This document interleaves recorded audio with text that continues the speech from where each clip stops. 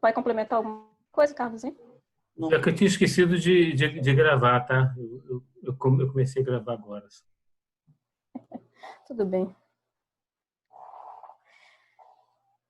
E aí a gente tem a parte do nível de Fermi, né? Para relembrar, que a gente acha que foi na primeira ou na segunda apresentação, não lembro agora, que a gente comentou sobre o nível de Fermi.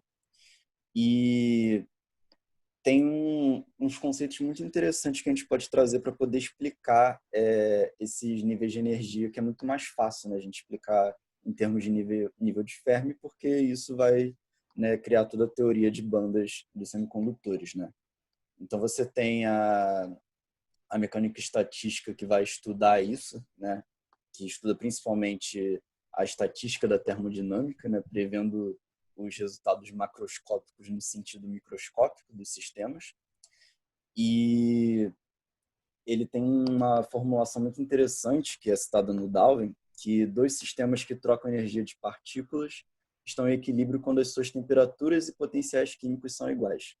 Então, quando a gente considera esse equilíbrio da junção, a gente considera esse equilíbrio termodinâmico também, né? E isso consegue ser explicado através do nível de Fermi. Então, quando a gente inicia o contato do tipo P com o tipo N, a gente tem essa diferença de nível de Fermi, né, que já foi explicado, que quando a gente faz a dopagem no tipo P, você tem uma diminuição do nível de Fermi por causa da adição de íons aceptores, e você tem o nível de Fermi aumentado no tipo N por causa da adição dos íons doadores. E então o nível de Fermi no tipo P ele vai estar mais próximo à banda de valência e o nível de Fermi no tipo N vai estar mais próximo à banda de condução. E aí quando você faz essa junção, como você tem que ter o equilíbrio tanto em relação à temperatura quanto ao potencial químico, né? E quando a gente fala de potencial químico, a gente está falando de nível de Fermi, a gente iguala eles e aí você vê que é como se tivesse uma mudança mesmo na banda, como se a banda do tipo N estivesse abaixando, né? Ou a banda do tipo P estivesse aumentando. Você estivesse movendo a banda inteira para que você consiga equilibrar os níveis de Fermi. E aí tem essa figura do meio que mostra essa mudança no tipo no comprimento zero, que era o que a gente tinha comentado antes também. E só que isso não acontece no comprimento zero, não é uma junção ideal, né? Então uma representação que é mais realista explicando essa mudança de energia tem essa transição mais suavizada do tipo P para o tipo N, né? Então a energia do elétron no tipo P vai ser maior na banda de condução do que na banda de condução do tipo N. E aí a gente vê que essa energia do elétron diminui do tipo P para o tipo N. E aí a gente tem isso exemplificado pela fórmula, né? Se há uma diferença entre esses níveis de Fermi, então para a gente descobrir essa diferença de energia, é só a gente fazer a diferença entre as energias originais dos níveis de Fermi, tanto no tipo N quanto no tipo P. E aí essa diferença vai ser igual a EV0 que a gente tinha obtido no gráfico anterior através do potencial eletrostático. Então, EV0 vai ser igual à diferença entre a energia de Fermi no tipo N menos, né, a energia de Fermi no tipo P.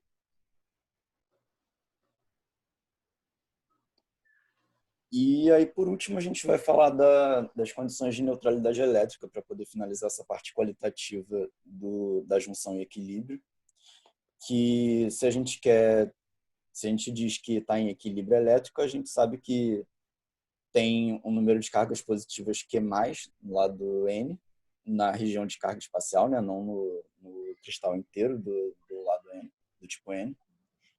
E a gente tem uma quantidade de cargas Q- negativas no lado P. E essa neutralidade elétrica exige que essas cargas sejam iguais, né, para ambos os lados da região espacial. E se tiver ND doadores ionizados no lado N e Na aceptores ionizados no lado P, a gente tem que essa neutralidade elétrica vai ser equivalente a NaXP, igual a N dxN, ou seja, vai ser a concentração de doadores ionizados vezes o tamanho dessa região no tipo P, tem que ser igual à concentração de doadores ionizados no lado do tipo N vezes a distância que tem dessa região espacial de carga. Essa equação 6, a gente vai tratá-la qualitativamente. Quantitativamente, talvez é a próxima dupla que vai conseguir chegar até ela. A gente vai até 2,34, se a gente conseguir. Vamos lá. Só falando em relação à questão do potencial químico, né, que o nível de Fermi, na verdade, é um potencial químico. Claro, né, se eu tenho na região N, no semicondutor N, mais elétrons, então eu tenho mais partículas para se deslocar, significa que o meu potencial químico ali é maior. Eu peguei fiz um videozinho também, só para demonstrar essa passagem, né? Então, esse potencial dos elétrons, representado pelas bolinhas vermelhas, ele é bem maior do que a do buraco, representado pela bolinha azul. Em um determinado intervalo de tempo, né, esses dois potenciais vão se igualar. Ou seja, eu vou ter que fazer ali um rearranjo na minha junção, e que vai dar justamente aquele rearranjo para a minha energia de referência, que é a energia de Fermi. Eu vou ter naquele rearranjo ali a geração da região de depressão. Né? Deixa eu passar. Né? E a gente vai dar uma olhadinha como é que é a dinâmica desses portadores nessa junção. Às vezes está meio barulhento ali. Né? Então, aqui nós já temos a região de carga espacial formada, temos a difusão de elétrons em buracos, né? Temos as forças que o campo exerce sobre o movimento dos elétrons e buracos. Então, se a gente não consegue mais transferir, movimentar elétrons e buracos de um lado para o outro, a gente vai pensar que agora nosso fluxo, né? Esses fluxos vão gerar para a gente uma corrente total nula. Então, existem esses fluxos iguais e opostos de ambos os tipos de portadores. Então, esse JN1 é a densidade de corrente de elétrons de N para P devido à difusão, ou seja, devido à corrente de difusão dos elétrons. JN2 a gente vai denominar de densidade de corrente de elétrons de P para N devido ao campo intrínseco. E se os meus fluxos são iguais, né, em sentidos opostos, a minha corrente total é nula. O mesmo vai servir para os buracos. Então, aqui eu estou tratando os elétrons e aqui eu estou tratando os buracos. A mesma denominação, J. O índice 1 vai se referir à difusão, o índice 2 vai se referir à deriva, tanto de buracos quanto para elétrons.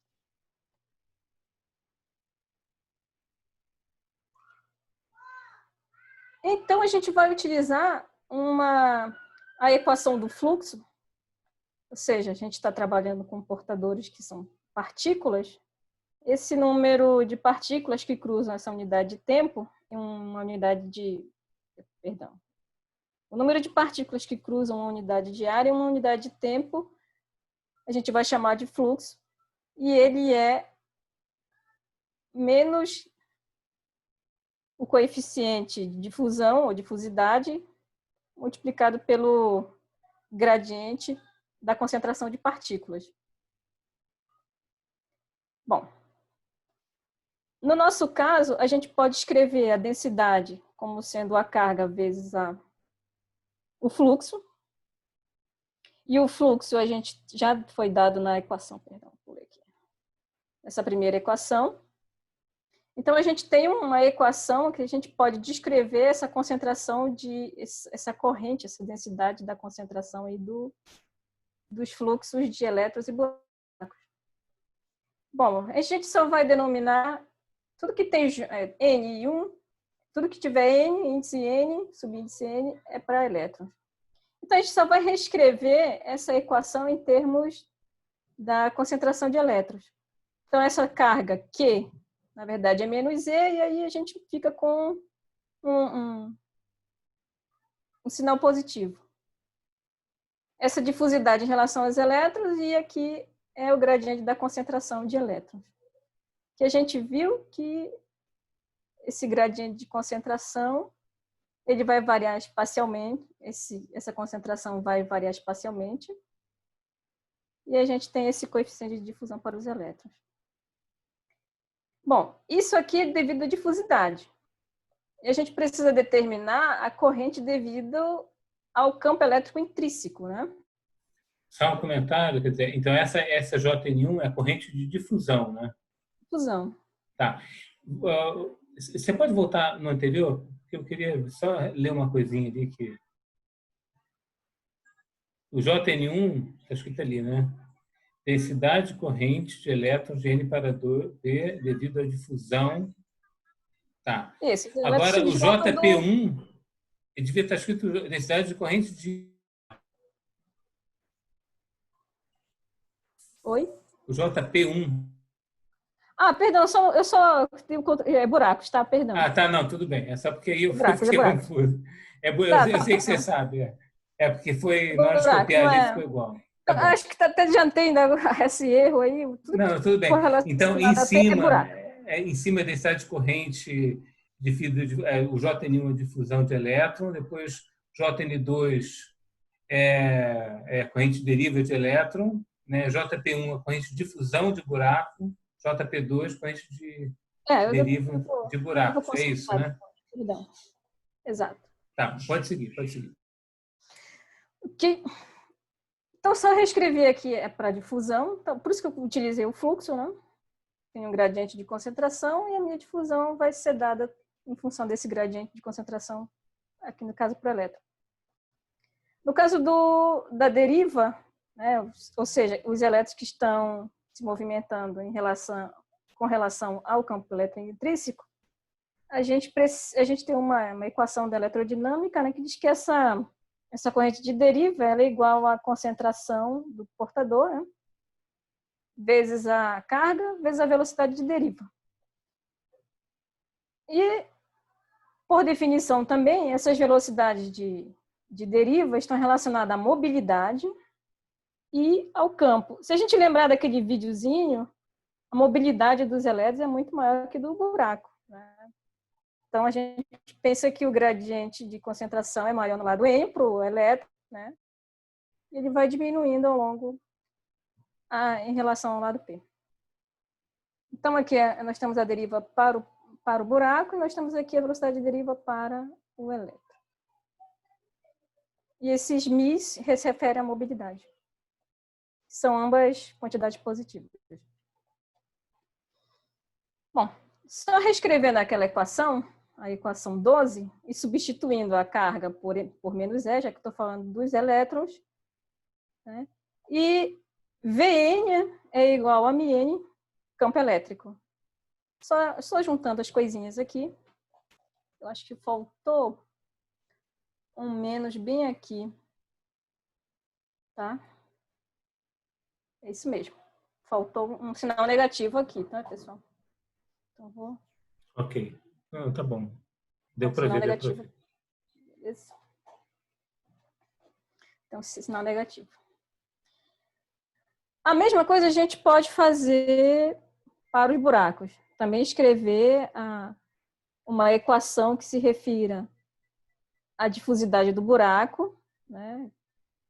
Então, eu vou ter aquele coeficiente de difusidade por buraco e também vou ter a concentração o gradiente de concentração do buraco. Fazendo a mesma coisa, vou substituir, né, também para encontrar a corrente de deriva.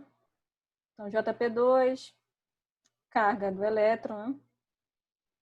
Acho que faltou também alguma coisa aqui. Deixa eu voltar lá primeiro. Não, tá certo. Ok, tá certo.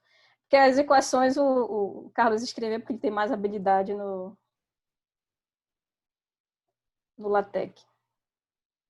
Bom, a gente das condições 7 e 8, né, que são aquelas condições em que Jn1 mais Jn2 é nula, e que JP1, JP2 também é nulo. A gente está só substituindo Jn1, essa corrente aqui é devida à difusidade, Jn2 a deriva, e a mesma coisa para o buraco. Então, eu tenho essas novas condições aqui de equilíbrio. Então, a gente vai aplicar agora para o caso unidimensional, para a gente sumir com esses vetores aqui. Esse movimento ele se dá na direção x, como a gente tomou como referencial lá no início. Então, eu só vou escrever esses Ds, em relação ao que está acontecendo em x. Não foi feito nada demais aqui. Então, a gente vê que a gente tem uma concentração de elétrons que varia espacialmente, assim como os buracos, e esse campo ele também tem uma variação espacial. E o que quer dizer fisicamente, né? Essas duas equações são as condições de equilíbrio da junção PN unidimensional e afirmam a igualdade de duas densidades de correntes opostas para elétrons e buracos, como a gente já havia suspeitado lá no início. Um comentário em relação às equações, a equação 16 e 17, né? Então, a gente já viu que o gradiente da corrente... Opa, está sensível aqui. O gradiente de elétrons e o campo têm direções opostas porque essas grandezas aqui são quantidades positivas. Então, o gradiente aumenta, né, de P para N, nesse caso, né? E o meu campo ele tem uma direção oposta, ou seja, de N para P. Essa minha concentração aponta na direção do aumento da concentração de elétron de N, isto é, do lado de P para o lado N. A gente já havia afirmado isso. Só um comentário. Então, aqui a gente vai utilizar, né, a gente precisa se livrar dessa mobilidade, e a gente vai usar a relação de Einstein. Ela pode ser encontrada também no livro bem facilmente no livro do Rezende. O que é essa relação de Einstein? É a relação entre a mobilidade, né, μ, de um portador na temperatura T. Ou seja, a variação, né, dessa mobilidade em relação à temperatura. Então, como a gente tem interesse, esse aqui é a constante de Boltzmann, como a gente tem interesse em se livrar de μ, a gente isolou ele e viu que ele pode ser dado como o inverso aqui da temperatura, né, proporcional ao inverso da temperatura.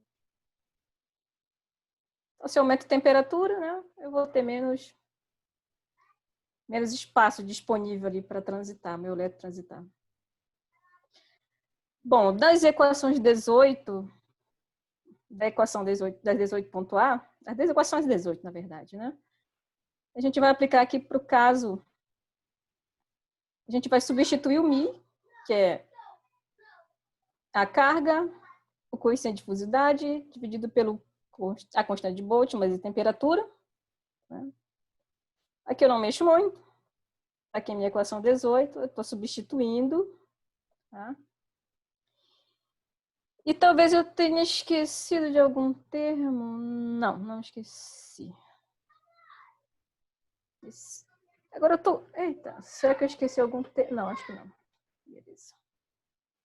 Então, eu vou colocar em evidência o termo da carga e do coeficiente. Ó. Aqui eu esqueci de colocar o Nzinho, para se referir aos elétrons. Tá? E eu vou ter essa expressão. Isso aqui vai ser igual, continua sendo igual a zero. E com isso eu vou obter a equação 19.A. A mesma coisa eu vou fazer na equação 18.B para obter a equação 19B.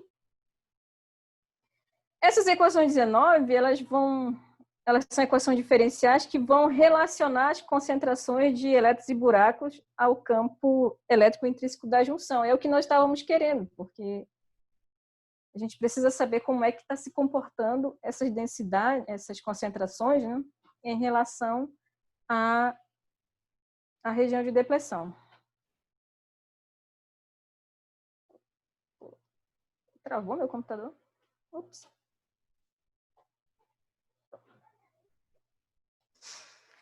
Tudo bem? Mas é muito mais fácil eu medir potencial elétrico, no caso, uma diferença de potencial, então eu vou trabalhar aqui, vou substituir o campo elétrico pela definição, né?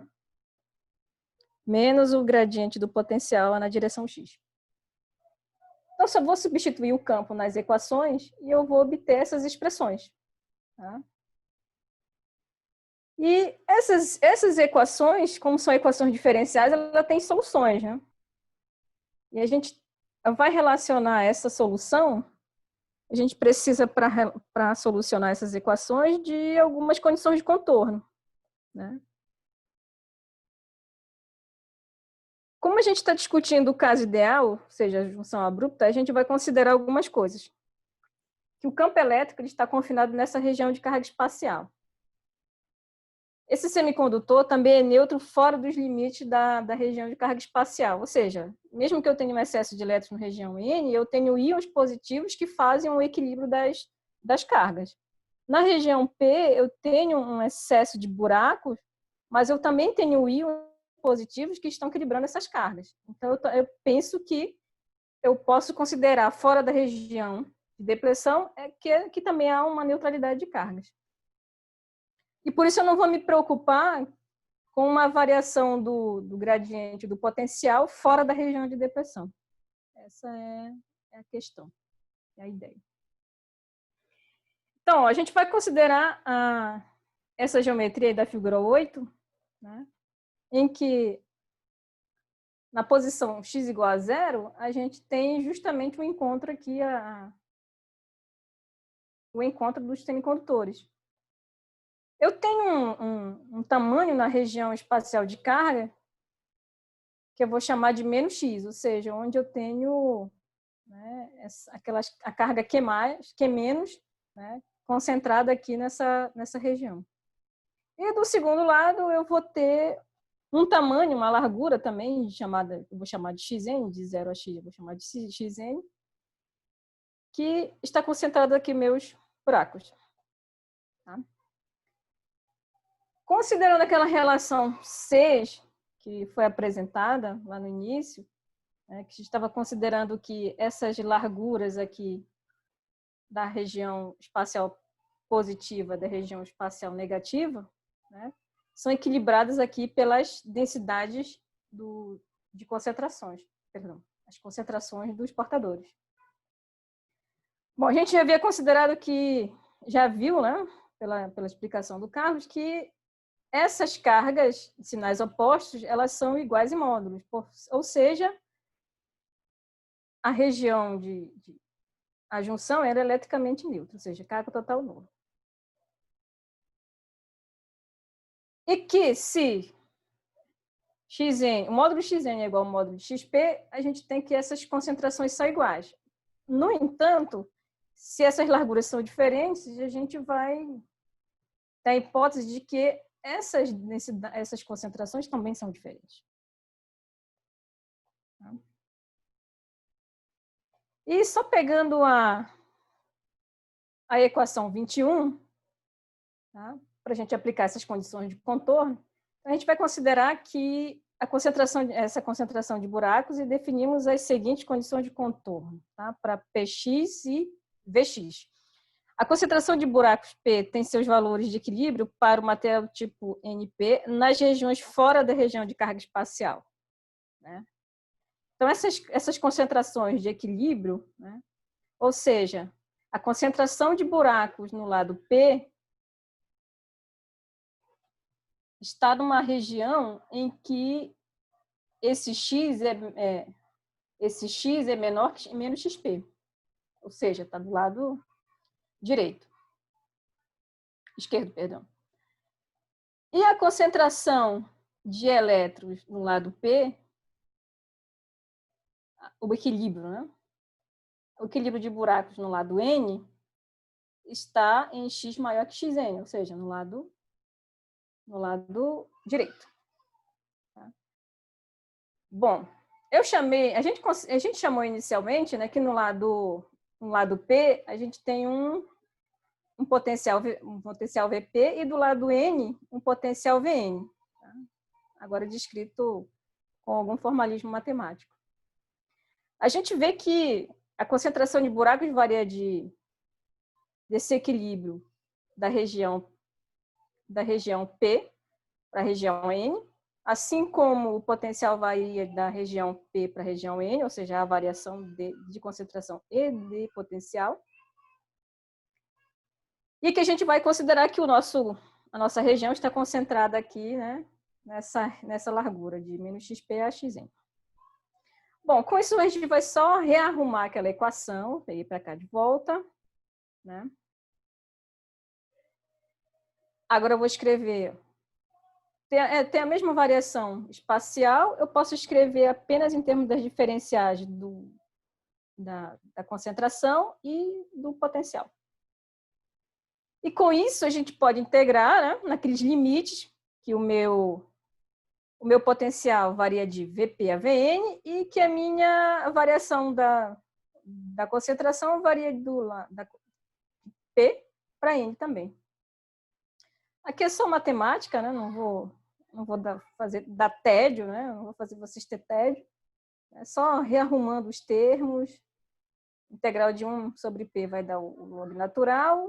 E aí eu vou usar os limites de integração. E aqui vai ser V simplesmente, eu vou usar os limites de integração. Daí eu tiro que eu posso escrever esse logaritmo que relaciona essas concentrações em relação ao meu potencial de contato. Com isso, só estou reorganizando aquela equação anterior, a equação 28, e vejo que, de fato, vejam que essa exponencial negativa, né, ela faz com que o meu gradiente, ou seja, a minha concentração, né, de buracos na região N seja menor, de fato, do que a minha concentração de buracos na região P, né? Isso é uma das coisas que a gente deveria tirar como resultado. Lá da equação 4, V0 pode ser dado em termos também do nível de Fermi, isso quem a gente viu com o Carlos, né? Então, só substituindo o meu EV0 por essa minha energia aqui pela energia do nível de Fermi, no lado N menos no lado P, essa diferença, a gente vai ver que essa equação 19, ela fornece a razão das concentrações de buraco nas regiões neutra P e N. Como eu disse, essa concentração ela diminui de N para P. Né? Essa quantidade aqui ela é positiva, então a gente já vê tirado que a concentração de elétrons, concentração de buracos no lado N é menor que no lado P. Então, de fato, né, existem menos buracos no material N do que no lado P. Isso é uma das coisas que a gente deveria, um dos resultados que a gente tira. Confirma, na verdade. Além disso, lembramos que em equilíbrio a temperatura T, o produto, lembra aquelas concentrações que foram, não sei se foi com a primeira ou na segunda apresentação, e a gente viu que essas variações, o produto da concentração dos portadores, aceitadores e doadores é igual ao quadrado da concentração intrínseca do material. Se a gente utiliza esse mesmo conceito para aplicar aqui, então, a gente vê que se eu multiplicar o número de elétrons do lado N, o número de prótons do lado N, vai ser a mesma coisa que o meu número de elétrons, concentração de elétrons, perdão, no lado P e a concentração de buracos no lado P. Isso aqui é igual a N. Eu só reescrevi isso aqui em termos da nomenclatura que a gente está usando. Vamos guardar essa informação. Aí a gente vai combinar as equações 31 e 29, né? Eu reescrevi elas aqui. Então, eu só reescrevi de novo. E eu tiro que essas razões aqui, elas são iguais, né? Até porque eu também tenho menos elétrons no lado P do que eu tenho elétrons no lado N. E aí eu vejo que essas razões aqui, elas são dadas pela mesma expressão. Né? E só para simplificar o caso de que a gente está numa temperatura ambiente, né? A gente acredita que todos os nossos portadores, nosso semicondutor já foi ionizado, né? E eu posso escrever que a concentração de equilíbrio de buracos no lado P é igual à concentração de aceitadores. E com isso, né, eu posso reescrever, ó, lembra dessa expressão aqui? Essa expressão aqui em cima. Então, com isso, né, eu posso pegar essa equação aqui e escrever em termos da concentração de portadores. Então, substituindo PP por NA, eu vou ter a concentração de buracos, vou ter a concentração de elétrons no semicondutor P. Para os elétrons, a mesma coisa. Tá? Então, a concentração concentração de buracos. A concentração de buracos no lado N, eu também vejo que no equilíbrio a gente tem também todo mundo ionizado, então essa concentração de equilíbrio ela é igual à concentração dos doadores. Então, meus buracos, concentração de buracos no lado N, eu vou utilizar a mesma equação 31 e substituir e obtenho as expressões para a concentração, né, de buracos no lado N. Então, eu tenho, na verdade, aqui essas expressões que me dão a concentração de portadores na junção PN, ou seja, a concentração de equilíbrio, aqui na expressão 32. Eu vou ter também a concentração dos meus portadores,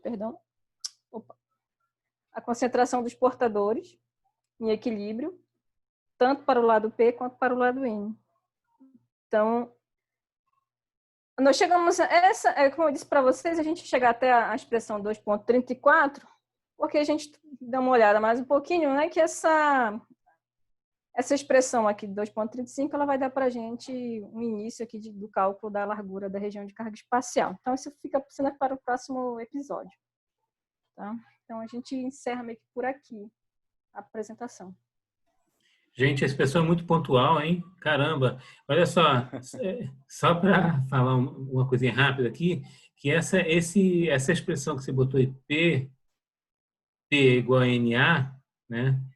Isso aí é levando em consideração que todas as impurezas estão em equilíbrio, estão ionizadas, né? Isso, exato. Exatamente. Essa foi aquela a condição. Curva que a gente falou, né? Acho que foi na aula passada, a gente falou sobre essa curva, né? Lembra, em função da temperatura, como é que essa razão aí, né, varia em função da temperatura? Então, está naquele platô onde a gente tem essa razão aí igual a 1, né? Ou seja, o PP igual a NA é naquele platô de temperatura lá. É porque essa parte que mais conta, né? Mas, assim, eu não sei Gente, olha só, eu gostei muito da apresentação. A apresentação de vocês foi muito, muito boa, hein? Do Carlos e da Graciana, vocês estão de parabéns. Eu gostei muito. Os slides estão muito bonitos. Estão de parabéns. Já pode até trabalhar com isso aí, já pode trabalhar para fora. Agora, assim, eu gostei da expressão da Graciana, que falou que, como é que é? Volta naquela integral lá, Graciana. Essa aí, como é que é? Não quero fazer você sofrer? Como é que você falou? Não quero contar vocês de tédio. Então, essas expressões eu aprendi com o professor Rocha. Bom, a gente trabalha em equipe para fazer esse slide bonitão, assim. Eu sou meio chata e eu acho meio feio as figuras do Darwin. É o que eu consegui mexer no PowerPoint, porque eu também não sei mexer em Photoshop, a gente conseguiu mexer e a gente modificou. Então, a gente deu uma colorida, estava muito escuro. Vai para o último slide. Assim, eu concordo com o Maurício, achei ótima apresentação. Eu acho que só vale a pena frisar um último detalhe nessas equações 33 e 34, que agora a gente começa... Qual é a vantagem dessa equação? É que agora você tem um mecanismo de controlar os portadores do seu cristal, né, do seu semicondutor, externamente. Nota que esse número N maiúsculo D ou seja, o número de átomos doadores que você coloca, é um controle que a gente passa a fazer. Então, isso é que é fundamental, né, em toda essa análise que vocês estão fazendo e a parte de semicondutores, é que agora a gente passa a poder controlar as propriedades do semicondutor externamente. E é por isso que eles chamam de extrínseco. Então, aqui, à medida que eu aumento o ND na equação 34, se eu controlo esse aumento ND, eu começo a diminuir a quantidade de portadores no meu lado N. Então, isso é bem interessante, ver que se eu aumento ND, eu aumento portadores do tipo N no lado N e, consequentemente, por tabela, eu diminuo a concentração de buracos no lado N. Então, é isso que é interessante pensar. Aquela ideia da energia de Fermi subir tem a ver com isso também. Então, assim, a gente vai, cada vez mais, tudo isso está interligado. O fato de você dopar, aumentar portadores N no lado N, você diminui portadores P no lado N. Essa equação mostra isso. Então, assim, é bem interessante fazer um pouco essa junção de por que aquele nível de Fermi foi subindo, de certa forma. Assim, gostei bastante da apresentação também, está muito, muito boa. Eu só achei assim, o público muito silencioso, né? Eu acho que você podia falar um pouco mais alto para Clarissa acordar. A Clarissa saiu, coitada. A Clarissa está aí. Saí não, tô aqui. Não é? Mas eu Fala tenho um uma pouquinho mais alto pergunta. só para ver se ela acorda. Tô aqui. Clarissa, Pode perguntar, só não queria peraí. intrometer, ué. Antes de você falar, abaixa um pouco a Netflix que está atrapalhando ali. Nada disso. Ô, Graciana, O Maurício falou, acho que vale a pena perguntar no meio da apresentação, pessoal. Mas pode interromper, né? Eu acho melhor também. Eu acho melhor. Não, é só uma equação que eu estava acompanhando ela fazer, a equação 19b, que você falou sobre análoga, né, a 19A e tal. Aí, só que tem o sinal de menos. Não, é a 19B. É o slide anterior a esse. Isso. Esse sinal de menos aí é em relação à contração de buraco ser oposta, não é? Do elétron? Deixa eu voltar aqui, acho que é a 18, né? Aqui. Em relação à mobilidade, agora eu não tô... essa parte eu meio que... Era 18 ou 19? Eu não lembro mais o que você falou. A 19B. 19B. É o slide seguinte, é esse. Não, é porque é o seguinte, você quer deixar isso aqui positivo, é só você multiplicar por menos 1 aqui. Isso aqui fica positivo e isso aqui fica negativo. Não tem nada a ver com a concentração ser oposta, não, né? O gradiente dos buracos aumenta na direção do campo. Não estou enganada. Isso. E é por isso que eu tenho a carga aqui do elétron para deixar negativo o fator e acaba... Não, contrário. Opa, perdão. Não, são sempre contrárias, tá? A difusão e a... Não, eu sei. Eu sei. É só para poder deixar explícito. Se você não chegou a falar na 19, nas duas, você falou, é análogo para buraco, certo? Só que aí, a única diferença é que a diferença dela para 19B é o sinal.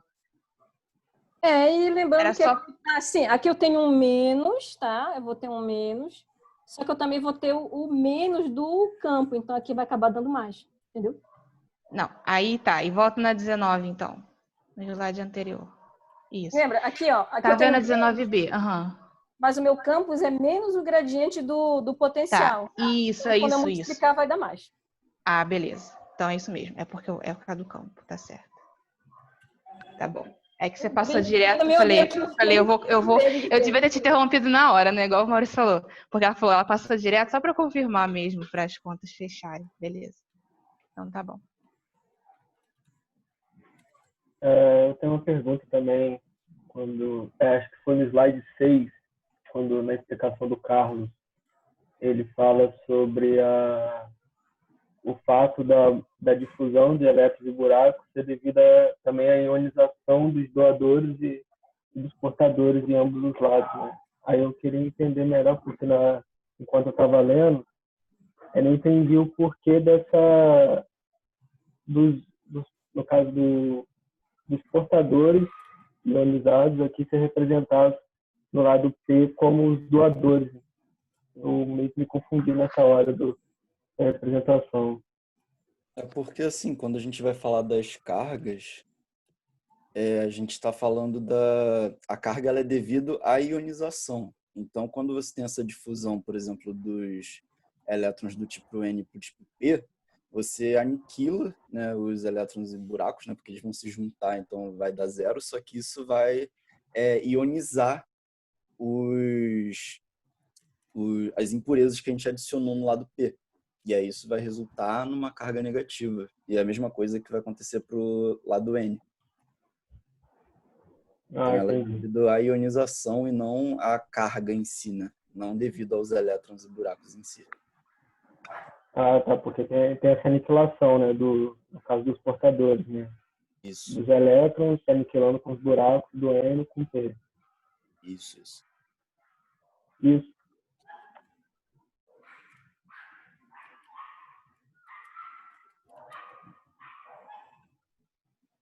Uma parte que eu fiquei que me confundiu muito, porque eu estava achando antes que também era a movimentação dos elétrons e buracos que criava essas cargas diferentes nos dois lados. Mas, na verdade, em relação à ionização. Eu também fiquei com muita dúvida quando eu li pela primeira vez e não entendi muito bem por que eram os íons. Eu tinha visto em outra referência, né, que a gente tem que lembrar que é um cristal, né? Você tem essa difusão dos elétrons em buracos, mas os átomos em si eles ficam parados ali das impurezas, né? Então, o que cria essa diferença são os próprios átomos, as próprias cargas dos átomos, não simplesmente os elétrons e buracos. A gente só reduz isso porque são os agentes que realmente criam essa dinâmica na junção. Aí por isso que a gente fala mais dos elétrons e buracos. Mas na realidade o que cria essa diferença são os íons. Entendi.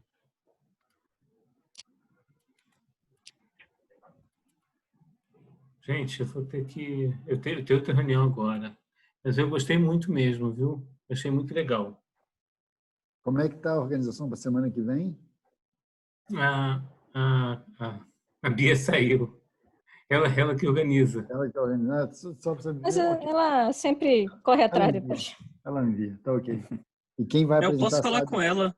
Eu vou perguntar para ela. Ela manda no grupo oficial daqui a pouco, no grupo dos alunos. Tá legal. Falou, gente. O